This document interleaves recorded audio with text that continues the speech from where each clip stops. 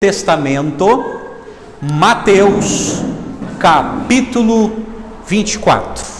Abra lá as escrituras, mantenha aberta, e a minha oração é que Deus fale ao seu coração nessa noite, que mais uma vez Deus fale conosco através das escrituras, nos ajudando a entender a nossa missão aqui nesse mundo.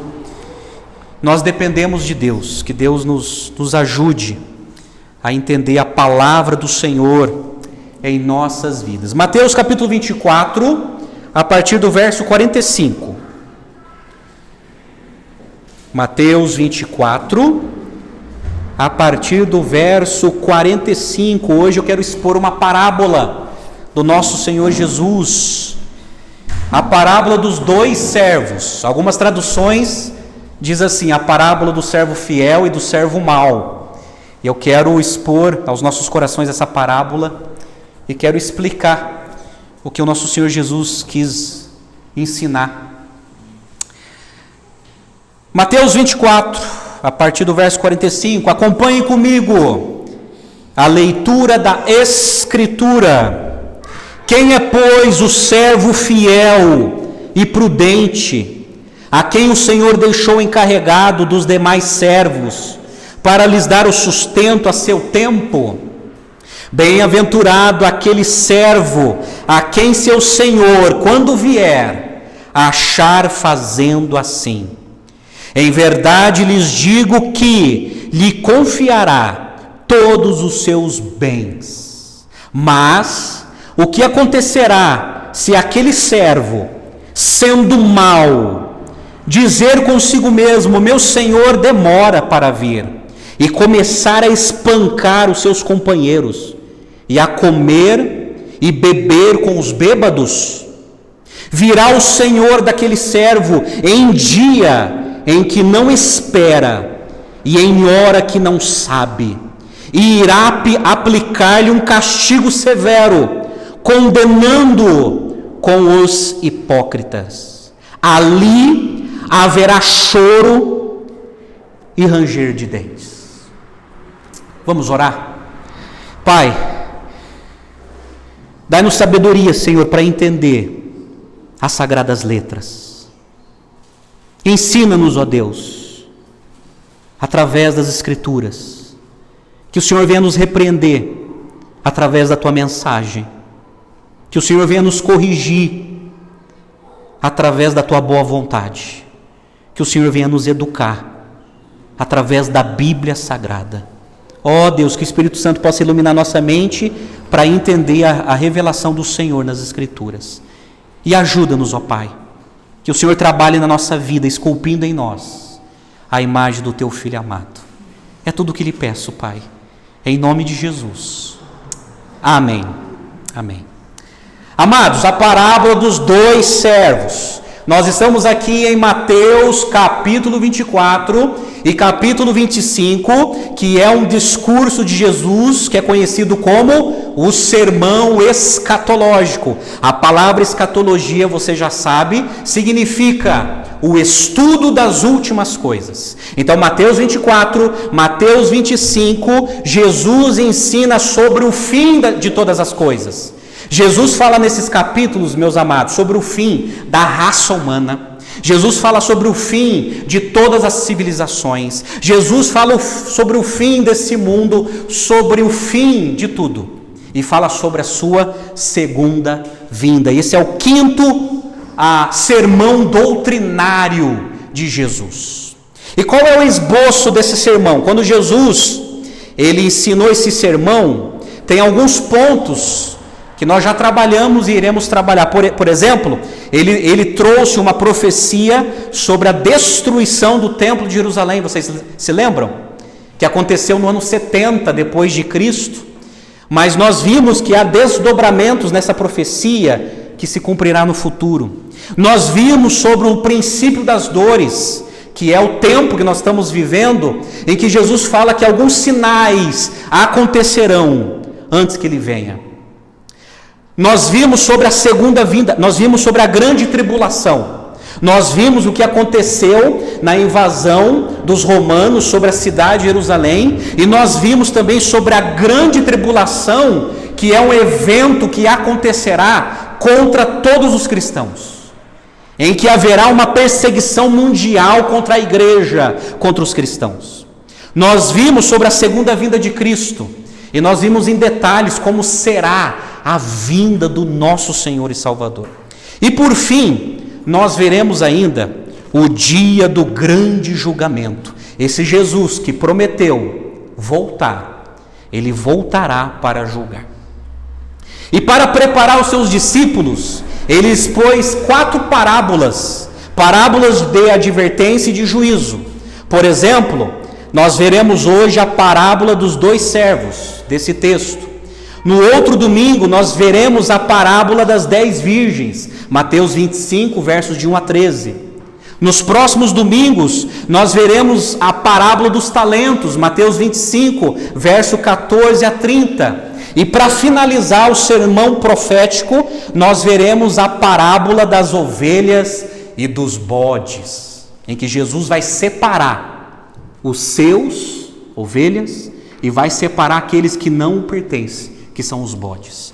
Nós veremos isso. Pois bem, diante dessa introdução, eu quero chamar a sua atenção para a exposição do texto. Então mantenha a sua Bíblia aberta, fique com a mente ligada, porque a gente precisa entender essa parábola, que é muito especial.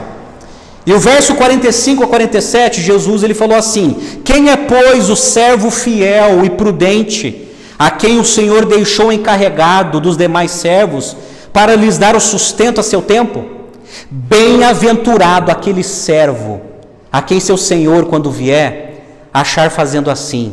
Em verdade lhes digo que lhe confiará todos os seus bens. Era muito comum no século I, principalmente ali na época de Jesus, tanto nas outras nações como em Jerusalém, os senhores, eles tinham vários escravos.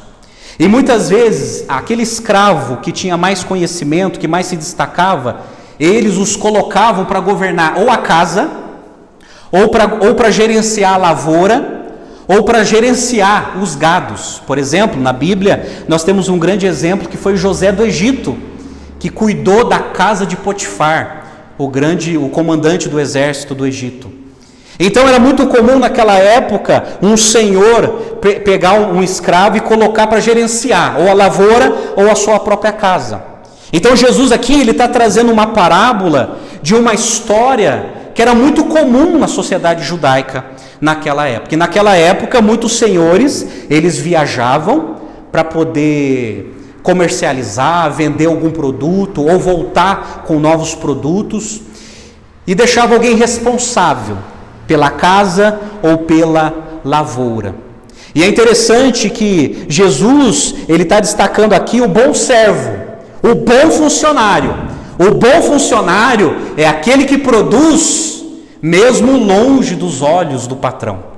E aqui Jesus, ele está trazendo que esse bom funcionário, esse bom escravo é fiel e prudente.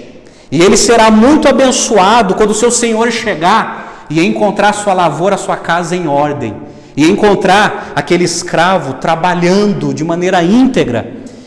E Jesus deixa bem claro que esse servo, ele acaba sendo promovido ou muito mais beneficiado por causa da sua fidelidade e por causa da sua prudência, Então Jesus, ele está inserindo essa exposição para mostrar para os cristãos, para os discípulos, qual é o tipo de atitude que nós precisamos ter antes que Jesus, o nosso Senhor, venha retornar.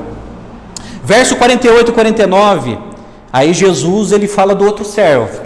Mas o que acontecerá se aquele servo, sendo mau, dizer consigo mesmo: meu senhor demora para vir, e começar a espancar os seus conservos, e a comer e beber com os bêbados? Aqui é um mau escravo, é um mau funcionário.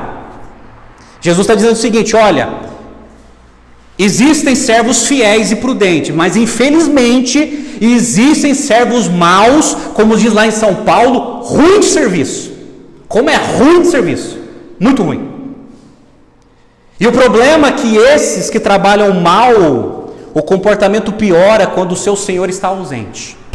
E aí Jesus está falando de algo que acontecia, que ocorria muito na sua época, quando um servo, por causa da ausência do seu senhor, começava a maltratar os conservos, e aí começava a comer, provavelmente as comidas da casa, começava a se empanturrar e começava a beber as bebidas do Senhor, as bebidas do patrão. E Jesus destaca que aqueles que se comportam dessa maneira têm o seguinte na cabeça: o meu Senhor vai demorar. O meu Senhor vai demorar meses, vai demorar anos até ele atravessar, até ele comercializar, até ele chegar. Eu vou comer, eu vou beber, eu vou viver do meu jeito, eu vou administrar do meu jeito. E quando ele estiver perto, eu dou o meu jeitinho.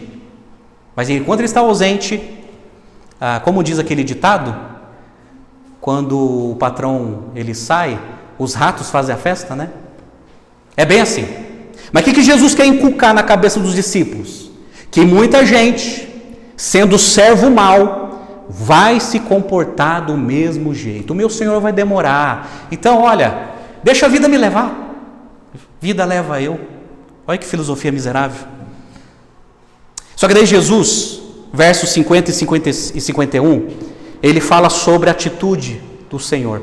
Ele diz assim, verso 50: virá o Senhor daquele servo, em dia em que não o espera, e hora que não sabe, e irá aplicar-lhe um castigo severo, condenando-o com os hipócritas. Ali haverá choro e ranger de dente. Vocês sabem, gente, que naquela época, quando um servo, um escravo, ele não correspondia com o trabalho, principalmente quando era comprovado esse tipo de comportamento, eles eram penalizados.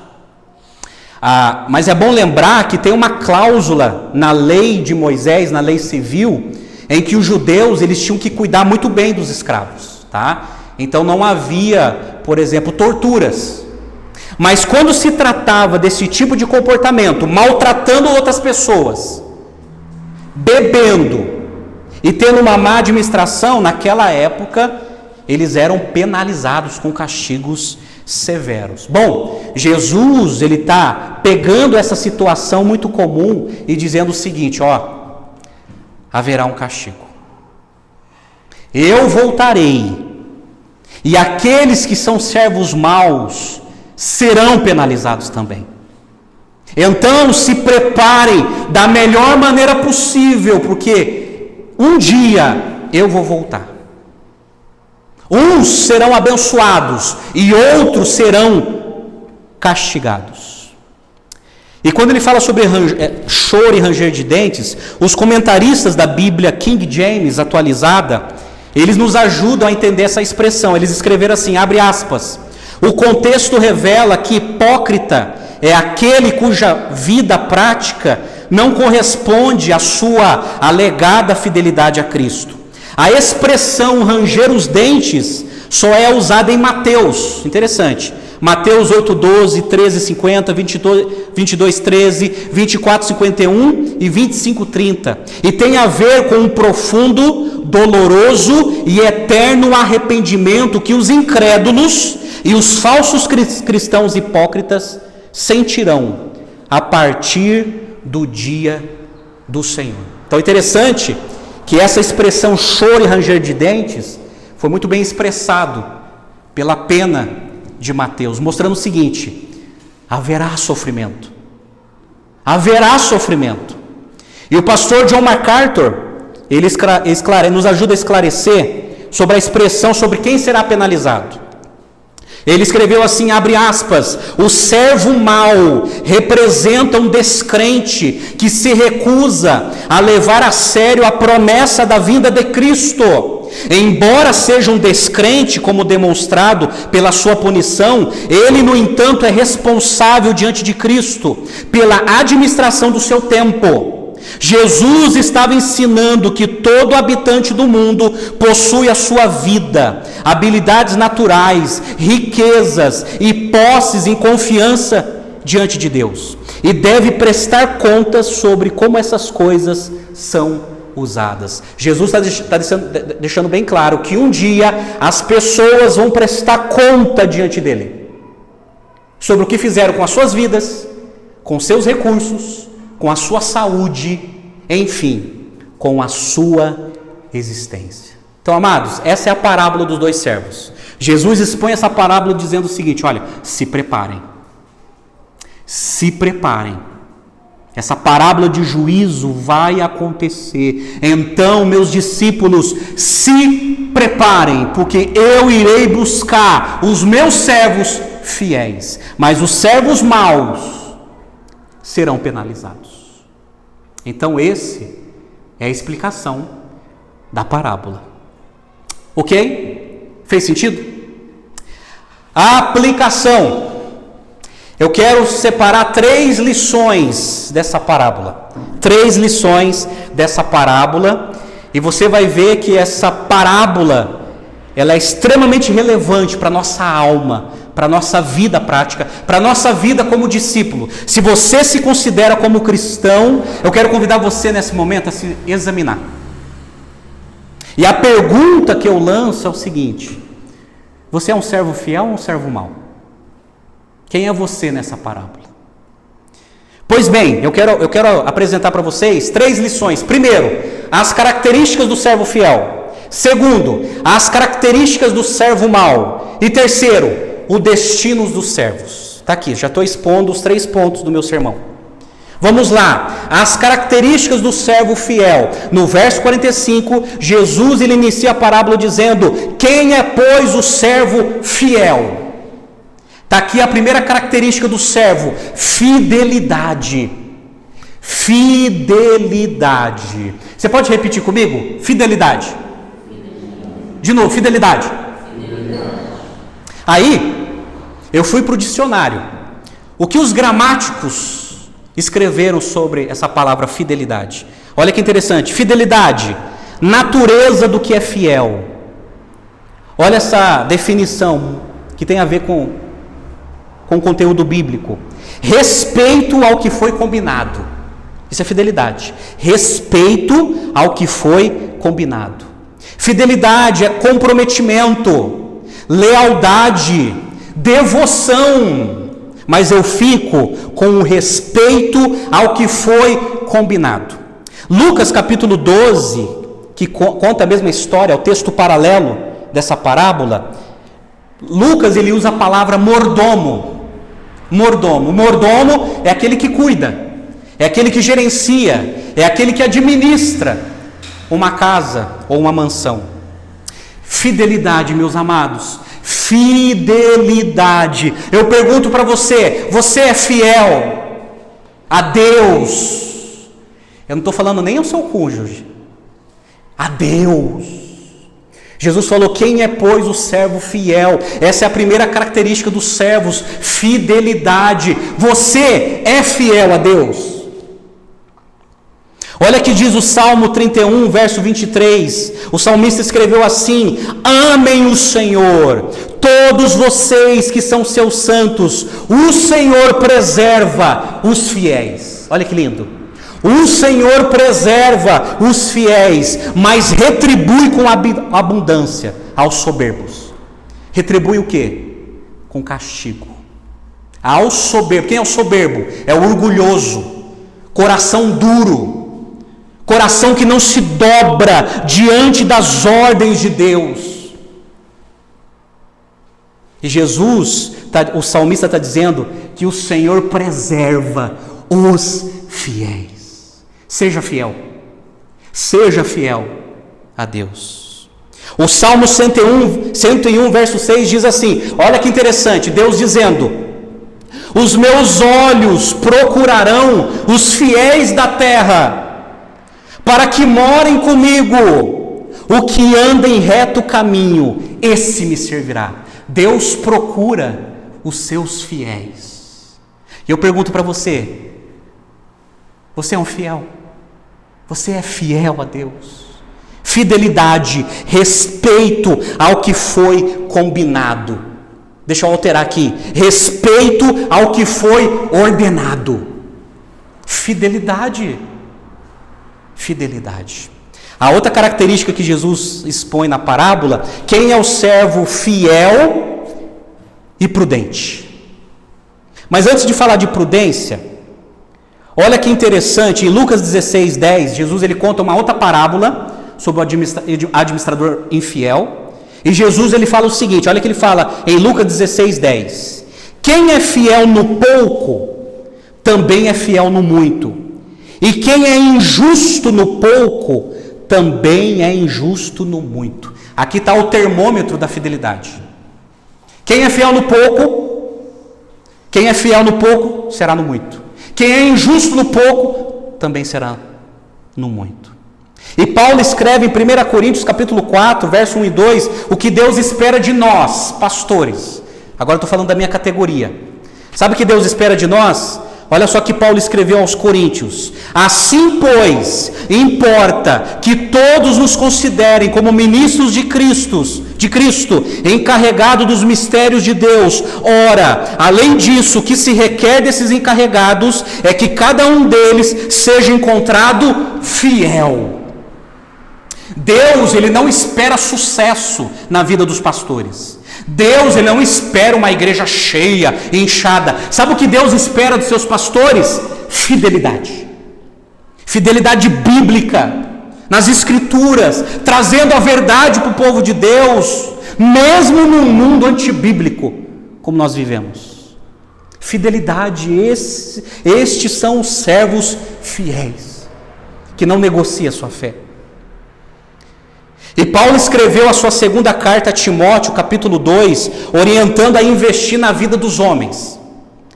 Então Paulo está ensinando Timóteo, o jovem pastor, a investir na vida dos homens. Olha a orientação de Paulo, que interessante. Quanto a você, meu filho, fortifique-se na graça que há em Cristo Jesus. E o que você ouviu de mim, na presença de muitas testemunhas, isso mesmo transmita, olha só, a homens fiéis, idôneos para instruir a outros. Sabe o que Paulo está dizendo para Timóteo? Timóteo, invista na vida de homens fiéis, não homens infiéis, não homens incrédulos, mas homens fiéis que amam a Deus, porque senão vai ser só problema, vai ser só perturbação. Mas você invista na vida de homens fiéis, para que esses homens fiéis possam instruir a outros, e assim sendo. E Jesus exortou a igreja em Esmirna, Apocalipse 2:10. Olha, gente, com a fidelidade é algo muito importante com a igreja. Jesus dizendo, falando de uma igreja, Jesus falou assim e João anotou. Jesus disse: não tenha medo das coisas que você vai sofrer. Eis que o diabo está para lançar alguns de vocês na prisão, para que vocês sejam postos à prova e passem por uma tribulação de 10 dias. Seja fiel até a morte, e eu lhe darei a coroa da vida. Jesus estava dizendo para a igreja de Esmirna: olha, vocês serão perseguidos, vocês serão maltratados, mas sejam fiéis a mim. Sejam fiéis, e eu vou dar a vocês a coroa da vida. Fidelidade. Nós não podemos negociar nossa fé diante das provações da vida. Eu pergunto para você, qual área que você está sendo provada? Que a sua fé está sendo provada? Não ceda. Seja fiel a Deus. A Deus. Certa vez, um cristão chamado Paul Oatgraft, falando sobre fidelidade, ele escreveu assim, abre aspas: a recompensa divina é conferida na proporção do trabalho realizado, pensam alguns, mas na verdade, ou é em função da fidelidade demonstrada no cumprimento do mesmo. Ele tem razão. A nossa fidelidade não é demonstrada por resultados. A nossa fidelidade é demonstrada quando nós estamos trabalhando, quando nós estamos fazendo, quando nós estamos produzindo, quando nós estamos servindo, independente de resultados. Isso é fidelidade. Fidelidade não é comprovada por resultados. Fidelidade é comprovada pelo comportamento, pela vida. E certa vez, o primeiro missionário que pisou na China, Hudson Taylor, falando sobre fidelidade, ele escreveu assim: todos os grandes homens de Deus foram homens débeis, mas que realizaram grandes empreendimentos, porque Deus levou em conta os seus esforços e a sua fidelidade.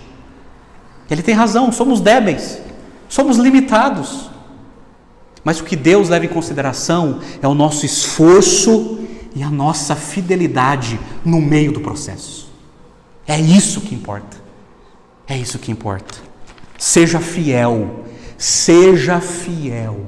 Seja uma serva fiel, seja um servo fiel. Amém? Prudência, porque Jesus fala: quem é, pois, o servo fiel e prudente? Algumas traduções traz a palavra sensato.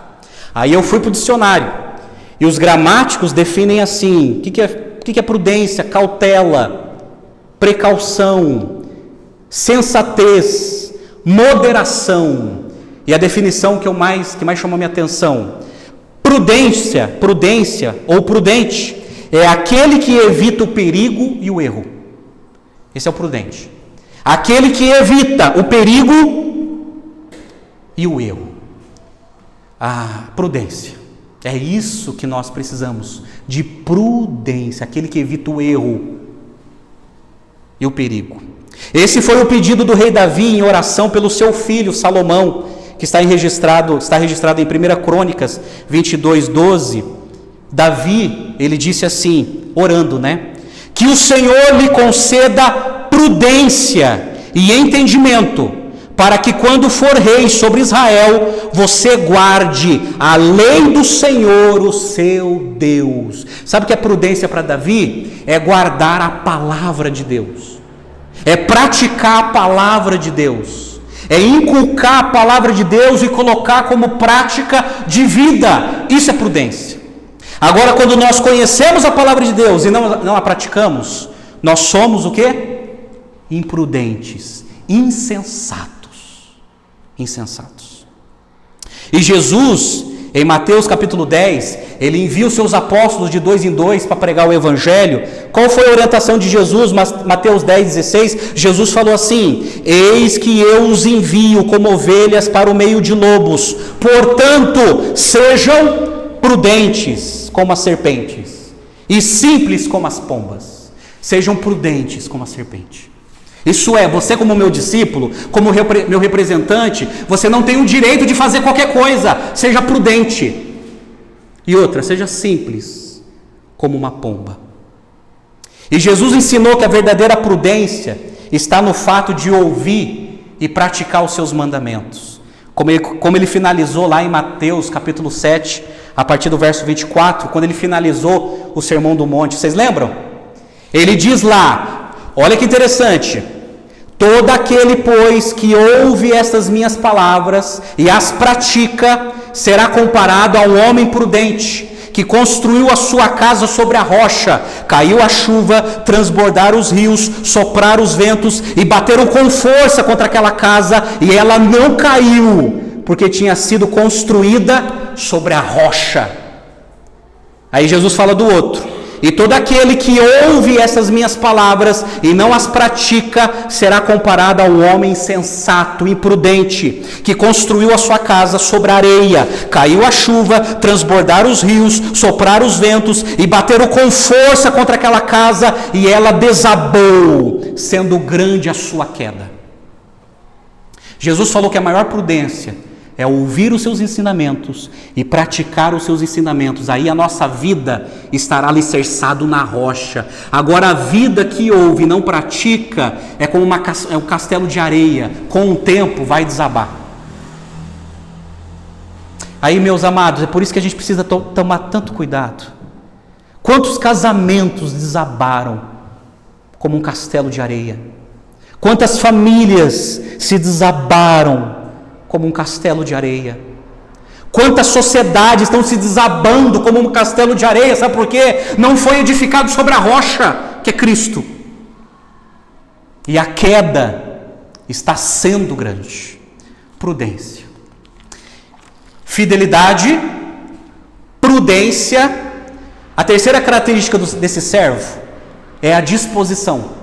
Disposição, porque no verso 46 Jesus falou assim: bem-aventurado aquele servo a quem seu Senhor, quando vier, o achar fazendo assim, trabalhando, servindo, produzindo. A palavra bem-aventurado é uma palavra no grego que significa feliz, abençoado. Abençoado é aquela pessoa que quando Jesus voltar, o encontrar fazendo assim, servindo, anunciando, proclamando, trabalhando em prol do reino de Deus. Disposição. Disposição. Aí eu fui para o dicionário. O que dizem os gramáticos? O que é disposição? Determinação. Predisposição. Aí eu gostei dessa definição. Pronto para ser útil.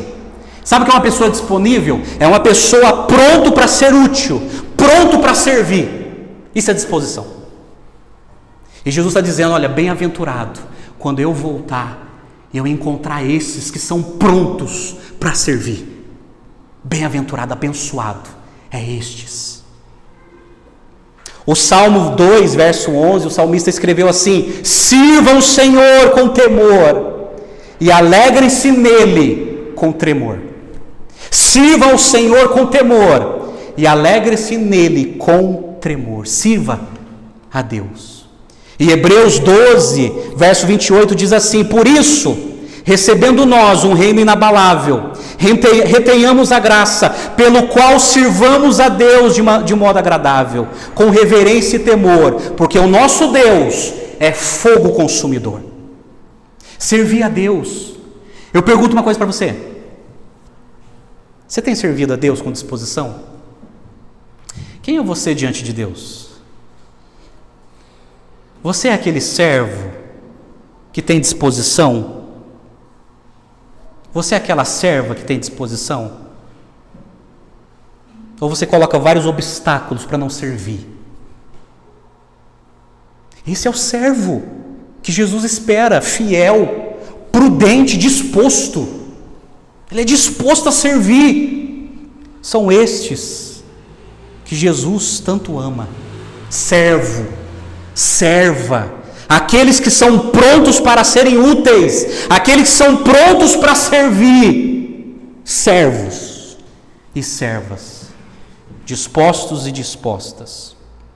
Aí certa vez estava tendo um debate entre os discípulos sobre quem era o maior, quem era o mais importante, o mais proeminente. Aí Jesus chama os seus discípulos em Mateus capítulo 20, verso 25, e Jesus ele expõe a opinião dele sobre liderança. Você quer saber a opinião de Jesus sobre liderança? Mateus 20, verso 25, Jesus falou assim: então Jesus, chamando-os para junto de si, disse: vocês sabem que os governadores dos povos os dominam e que os maiorais exercem autoridade sobre eles, mas entre vocês não será assim. Pelo contrário, quem quiser tornar-se grande entre vocês, que se coloque a serviço dos outros. E quem quiser ser o primeiro entre vocês, que seja o servo de vocês. Tal qual o Filho do Homem, que não veio para ser servido, mas para servir e dar a sua vida em resgate por muitos. Jesus é o nosso maior exemplo de servo. Você quer ser o primeiro? Sirva. Você quer ser o mais importante? Tenha uma vida de servidão a Deus e ao povo de Deus. Você quer ser reconhecido? Seja disposto, seja disposta, sirva de coração, mesmo que exista um preço a pagar. É isso. É o pronto para ser útil, é o pronto para servir. Esse é o servo que Jesus falou: bem-aventurado. Bem-aventurado aquele servo a quem o seu Senhor, quando vier, o achar fazendo assim. Amém? Essas são as características dos servos que Jesus espera que tenhamos: fidelidade, prudência e disposição. Vamos virar o disco? Lembra da época do disco? As características do servo mau. Mas antes de falar do servo mau, eu não posso deixar de dizer algumas frases de alguns homens na história da igreja que foram servos. Por exemplo, Martinho Lutero, ele falou sobre a questão de servir usando a questão das árvores. Olha que lindo que ele escreveu: nenhuma árvore produz para seu consumo próprio. Tudo quanto há na vontade de Deus se dá em favor dos outros. Aí ele escreveu assim: somente Satanás e os homens sob a influência do maligno é que buscam o seu proveito próprio. Ele tem razão. Porque aqueles que vivem buscando o seu próprio proveito não tem espaço para servir o outro. E Martinho Lutero está dizendo assim como a árvore que não produz para si, produz para os outros. Assim tem que ser o povo de Deus, trabalhando em favor dos outros e não para si próprio. Certa vez, um cristão chamado Mackenzie, inclusive tem uma universidade lá em São Paulo que tem o nome dele, Universidade e Hospital, ele escreveu assim, olha que lindo: o nosso propósito deve ser serviço e não sucesso. Ele tem razão, na vida do cristão, o nosso propósito deve ser serviço e não sucesso. Tem muita gente que quer sucesso, mas para o cristão o mais importante não é o sucesso, é o serviço, é o servir os outros, servir a Deus e os outros. Esse é o valor cristão. E certa vez um cristão chamado Ed Wagner, ele escreveu o seguinte, olha que lindo, gente: o que você pode fazer por Cristo é uma prova de serviço, o que você pode sofrer por Cristo é uma prova de amor. Aquilo que você faz por Cristo é uma prova de serviço. E certa vez uma pedagoga cristã chamada Henrietta Maris, ela escreveu assim: fomos salvos para servir e não para sermos servidos. Oh, gente, quanto cristão equivocado que não entendeu isso. Somos salvos para servir, somos salvos para ser útil, somos salvos para servir os outros e não a si próprio.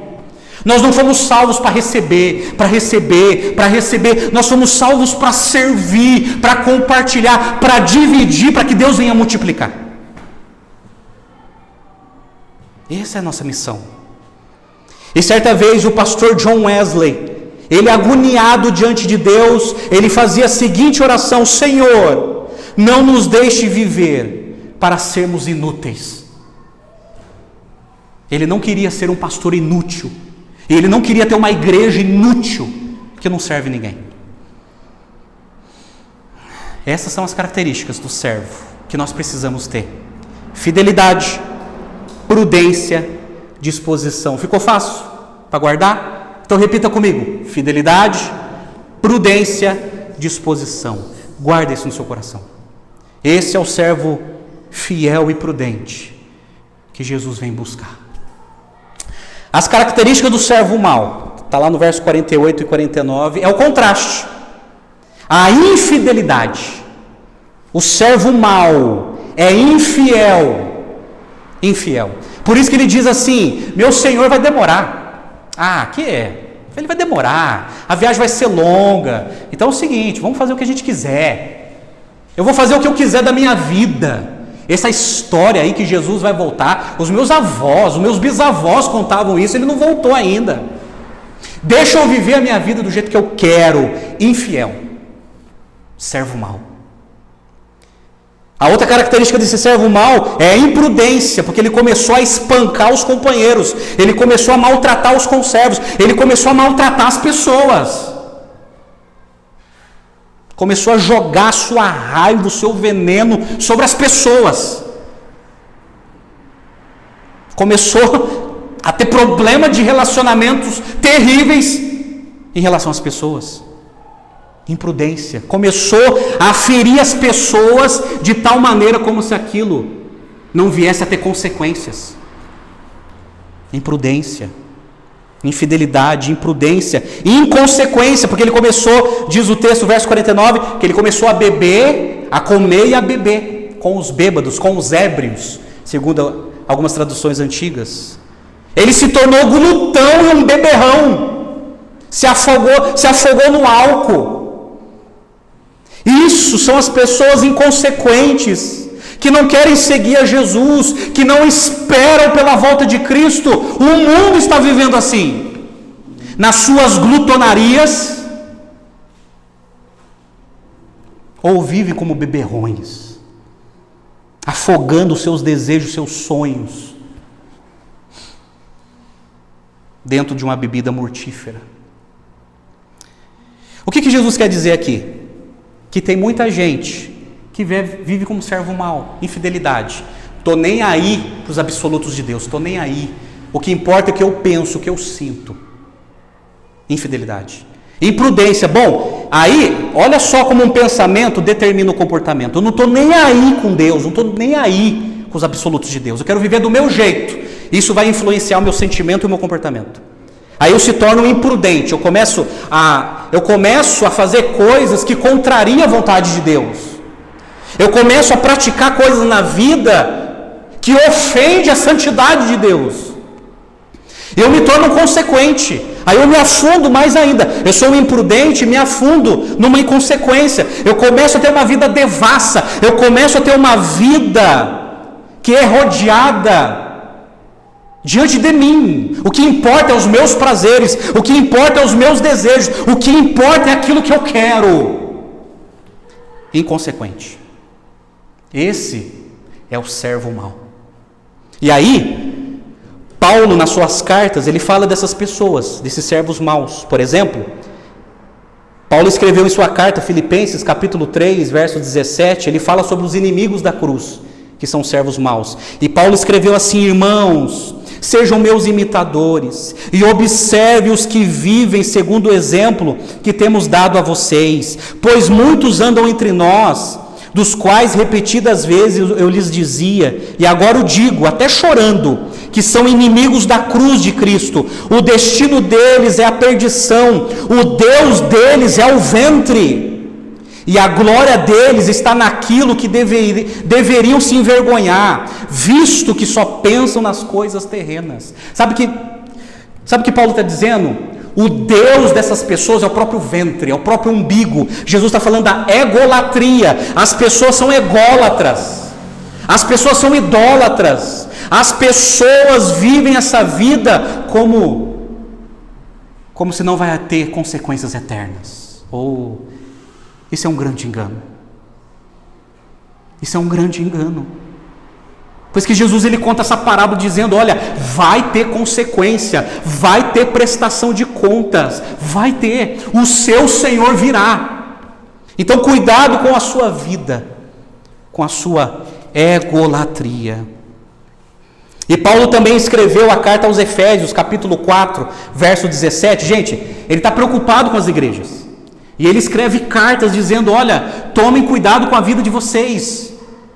E ele escreveu assim, Efésios 4:17: isto, portanto, digo, e no Senhor testifico, não vivam como os pagãos, que vivem na vaidade dos seus próprios pensamentos, tendo o seu entendimento obscurecido, separados da vida que Deus concede, por causa da ignorância que vivem, pela natureza do seu coração. Tendo se tornado insensíveis, eles se entregaram à libertinagem, para de forma desenfreada cometer todo tipo de impureza. Mas não foi assim que vocês aprenderam de Cristo, se é que de fato vocês ouviram falar dele, e nele foram instruídos, segundo é a verdade em Jesus. Quanto à maneira antiga de viver, vocês foram instruídos a deixar de lado a velha natureza, que se corrompe segundo os desejos enganosos. Paulo está dizendo para a igreja, para os cristãos de Éfeso: renuncie à velha natureza, à velha vida, à infidelidade, à imprudência, à inconsequência. E vocês que de fato conheceram a Jesus, eu espero que sim, vivam a verdade de Jesus. Caso contrário, vocês serão servos maus. Na linguagem paulina, um descrente, um incrédulo. Um incrédulo. É por isso que precisamos ter cuidado. A nossa vida revela a situação da nossa alma. Não tem como esconder isso. E Paulo, preocupado de novo com Timóteo, na sua segunda carta, capítulo 3, Paulo lhe fala desse mundo. E ele escreveu assim: mas você precisa saber disso. Nos últimos dias, e a gente já chegou a esse tempo, sobrevirão tempos difíceis. Pois, olha só que lista, gente. Pois os seres humanos serão egoístas, avarentos, orgulhosos, arrogantes, blasfemadores, desobedientes aos pais, ingratos, ímpios, sem afeição natural, implacáveis, caluniadores, sem domínio de si, cruéis, inimigos do bem, traidores, atrevidos, convencidos, mais amigos dos prazeres do que amigos de Deus, tendo forma de piedade, mas negando o poder dela. Fique longe também destes. Pois entre estes se encontraram os que se infiltraram nas casas e conseguem cativar mulheres tolas, sobrecarregados de pecados, que são levadas por todo tipo de desejos, que estão sempre aprendendo e nunca conseguem chegar ao conhecimento da verdade. E do mesmo modo que Janes e Jambres resistiram a Moisés. Aí ele falou de 2 rebeldes lá do Antigo Testamento. Também estes resistem à verdade. São homens que têm a mente totalmente corrompida, reprovados quanto à fé. Mas esses não irão longe, porque a insensatez deles, a imprudência deles ficará evidente a todos, como também aconteceu com a imprudência de Janes e de Jambres. Paulo está dizendo para Timóteo: olha, esse mundo está de cabeça para baixo. Esse mundo vive como servos maus, infiéis, imprudentes, inconsequentes. Timóteo, não seja assim. Ensina os fiéis a não serem assim, mas buscarem a Deus com fidelidade. Amém? Eu te pergunto: você é um servo mau? Cuidado. Um servo mau é um ególatra, que se emancipou de Deus, que não quer saber de Deus, e quer saber de si mesmo e dos seus prazeres. Aí, eu vou para o meu terceiro e último ponto. O destino dos servos, tanto fiel como mal. Porque no verso 47, Jesus ele usa a seguinte expressão, depois que ele fala: bem-aventurado aquele servo, quando o seu Senhor chegar, o achar fazendo assim. Jesus ele fala assim: em verdade lhes digo, que lhe confiará todos os seus bens. Então Jesus ele está dizendo aqui que aquele servo, ele vai ser abençoado de maneira plena, de maneira total. Mas daí sobre o servo mau, no verso 55, Jesus falou assim: e irá aplicar-lhe um castigo severo, condenando com os hipócritas. Ali haverá choro e ranger de dentes. Isso é um alerta. Sabe que Jesus está dizendo? Que quando ele voltar, haverá salvação e condenação. Haverá salvação e condenação. Gente, eu sei que esse tema é desconfortável de se ouvir, mas é uma verdade. Independente das crenças das pessoas. Quando Jesus voltar, vai ter uma prestação de contas. Nós veremos isso na última parábola. E ele vai acolher os seus e penalizar aqueles que nunca o seguiram. Isso é um alerta. Jesus está mostrando para os seus discípulos o seguinte: olha, um dia eu vou voltar, e pessoas serão penalizadas, os infiéis serão penalizados, mas os fiéis serão contemplados. Eu confiarei os meus bens, eu confiarei as minhas bênçãos, tudo aquilo que eu conquistei na cruz vai ser oferecido para o meu povo escolhido, os meus servos fiéis, prudentes e dispostos, que me serviram. Mas os maus, os infiéis, os imprudentes e inconsequentes receberão castigo severo. Agora, olha que interessante. Lucas capítulo 12, 47 e 48, Lucas, ele coloca uma informação que Mateus não colocou. E Lucas 12, verso 47, Jesus falou assim: Aquele servo que conheceu, olha que interessante, aquele servo que conheceu a vontade do seu Senhor e não se aprontou, nem fez segundo a sua vontade, será punido com muitos açoites. Aquele, porém, que não soube a vontade de seu Senhor e fez coisas dignas de reprovação, levará poucos açoites. Mas aquele a quem muito foi dado, muito lhe será exigido, e aquele a quem muito se confia, muito mais lhe pedirão. Sabe o que Jesus está dizendo? Que no dia do trono branco, a gente vai ver isso, não vai ter ninguém inocente. Aqueles que tiveram mais conhecimento, é os que serão mais penalizados, vai ser mais exigido. Aqueles que tiveram menos conhecimento, mas que fez coisas dignas de reprovação, também serão condenados. Você vê aqui que parece que são graus diferentes de punição, mas haverá punição. E aí eu chamo a sua atenção para aqueles que sabem, aqueles que conhecem, aqueles que sabem na cabeça, mas esse conhecimento não criou raiz no coração, e viveram como servos maus. Jesus está dizendo, esse será mais exigido, será mais cobrado, será mais penalizado. E Paulo escreveu em Romanos 11, 22 o seguinte, olha, considerai, pois, a bondade e a severidade de Deus. Deus é bom, mas Ele também é justo. Ele virá para sentenciar aqueles que não o seguiram. E aí, o pastor John Charles Riley, ele comentou essa situação. Olha que interessante. O pastor John Charles Riley, ele foi um bispo em Liverpool, e ele comentando sobre isso para os seus compatriotas, ele escreveu assim, abre aspas, os verdadeiros cristãos devem viver como bons servos, cujo Senhor acha-se ausente, devem esforçar-se para estar sempre prontos para o retorno do seu Senhor, jamais devem ceder ante o pensamento, meu Senhor vai demorar. Eles devem procurar manter-se em uma atitude de coração que possa, de uma vez, dar-lhe uma recepção calorosa e cheia de amor. Não importa o momento que ele venha, há uma vasta profundidade na declaração do Senhor, bem-aventurado aquele servo a quem seu Senhor, quando vier, o achar fazendo assim. Se não estamos prontos para qualquer momento receber o Senhor que volta, bem podemos questionar se somos verdadeiros crentes em Jesus ou não.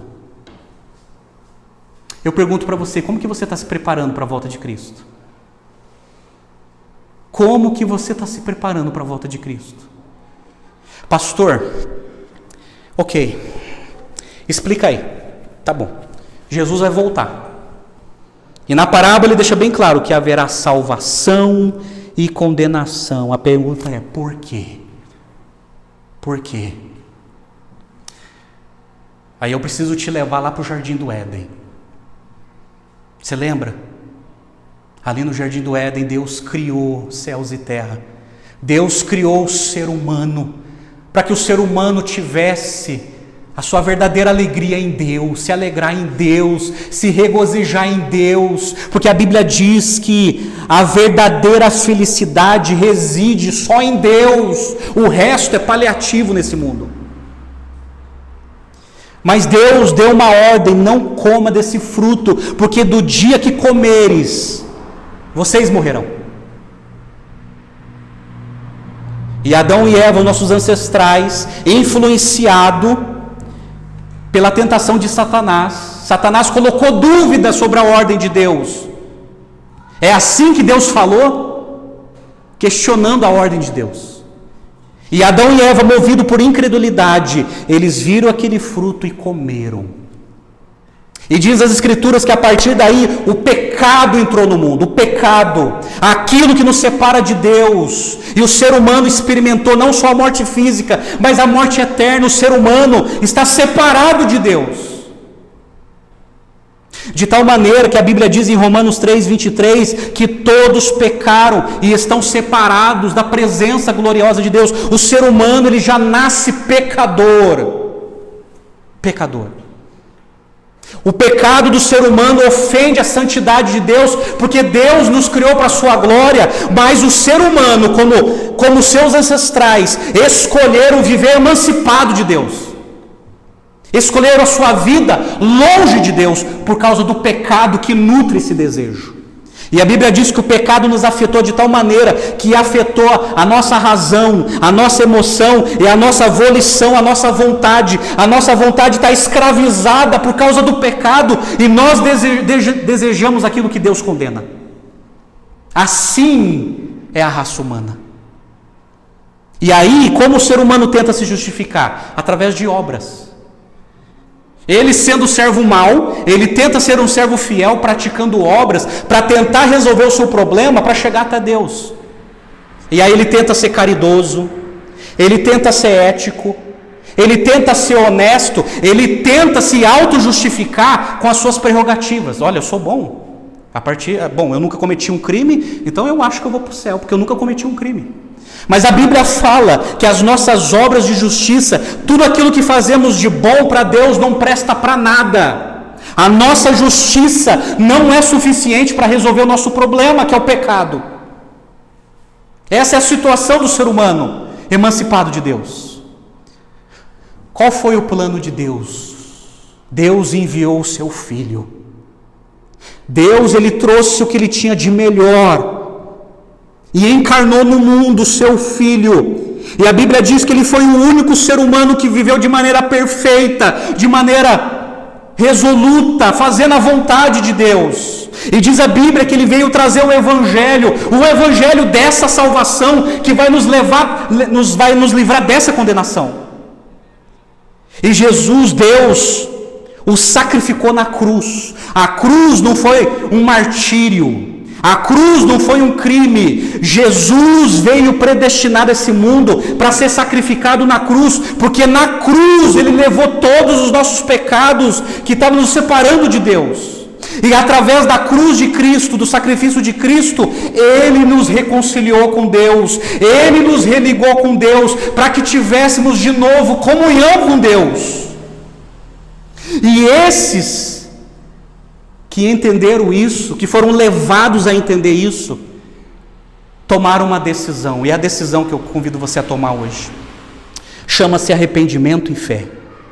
Arrependimento é quando a pessoa muda de mente, e a pessoa fala assim: olha, eu não quero viver como servo mau, eu não quero ser infiel, eu não quero ser imprudente, eu não quero ser inconsequente, eu quero entregar a minha vida a Cristo, porque hoje eu reconheço que eu sou um pecador perdido, eu sou uma pecadora perdida, e hoje eu reconheço que Jesus morreu na cruz por mim, e Ele veio me dar uma nova vida como servo. Eu quero viver para Jesus. E diz a Bíblia que quando nós temos esse conhecimento, essa consciência, e quando nós entregamos a nossa vida a Cristo, nós recebemos um presente chamado salvação. Salvação do que, pastor? Salvação da ira de Deus, porque a Bíblia diz que quando Jesus voltar, a ira de Deus, o cálice da ira de Deus vai ser derramado sobre toda a raça humana, sobre todos os servos maus, serão penalizados com castigo severo. Mas aqueles que humildemente entenderam o Evangelho, entregaram a sua vida a Jesus e se tornaram discípulos, esses serão contemplados e bem-aventurados. Esse é o Evangelho que a Bíblia afirma. Essa é a mensagem pura e simples que Jesus veio nos trazer. E aí, eu finalizo essa mensagem com duas perguntas pertinentes. Você é um servo fiel ou um servo mau? Lembre-se, quando Jesus fala sobre servo fiel, ele não está falando de perfeição. Ele está falando de humildade, de quebrantamento. Aqueles que têm o coração arrependido e se entregaram a Jesus falando: olha, eu não quero essa vida mais. Eu não quero ser um servo fiel, uma serva infiel. Eu quero servir a Jesus e quero viver para a sua glória. A pergunta é: você é um servo fiel ou um servo mau? Você é uma serva fiel ou uma serva má? E aí, dependendo da sua resposta, você já sabe o seu destino. Porque você viu qual é o destino do servo fiel e você viu qual é o destino do servo mau. A pergunta que eu faço para você é: você quer continuar vivendo assim? Hoje é dia de salvação. Hoje é dia de se arrepender dos nossos pecados e pela fé entregar a nossa vida a Jesus. E vivermos como servos fiéis e prudentes e dispostos a servi-lo de coração. Amém? É isso que você quer? Eu quero convidar você a pensar na sua vida e na sua alma. Vamos orar? Vamos orar. Oh, Pai, como é difícil, Pai, expor essa parábola, mas é uma verdade contundente. Oh, Deus, fala ao coração de cada um aqui nessa noite, Senhor. De cada um, ó Pai. E ajuda-nos a sermos servos fiéis, prudentes, dispostos a Te servir, Senhor. Livra-nos, ó Deus, da condenação eterna, da penalidade eterna. E cria em nós, ó Deus, um coração humilde, um coração de servo, a ponto de reconhecer que a única esperança está em Jesus Cristo. Ó Deus, abençoe o Teu povo e abençoe esse momento, ó Pai, em que estaremos participando da ceia do Senhor. Dai-nos essa consciência, ó Pai, e ajuda-nos a sermos servos. Nós oramos agradecidos em nome de Jesus. Amém e amém.